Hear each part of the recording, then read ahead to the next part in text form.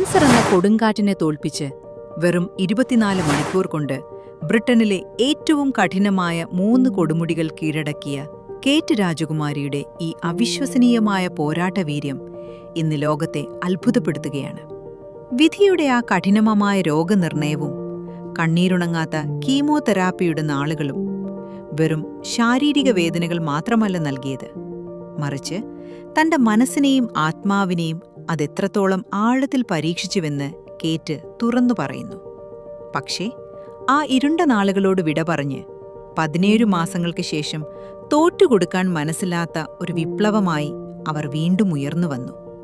മരുന്നുകളേക്കാൾ വലിയ സൗഖ്യം നമ്മുടെ ഉള്ളിലെ അചഞ്ചലമായ മനക്കരുത്താണ്. മുന്നിലുള്ളത് എത്ര വലിയ പ്രതിസന്ധിയുടെ മലനിരകളായാലും പ്രത്യാശയോടെ, പുഞ്ചിരിയോടെ അതിനെയെല്ലാം ചവിട്ടിക്കയറുക. ഓർക്കുക, ഈ പോരാട്ടത്തിൽ നിങ്ങൾ ഒറ്റയ്ക്കല്ല.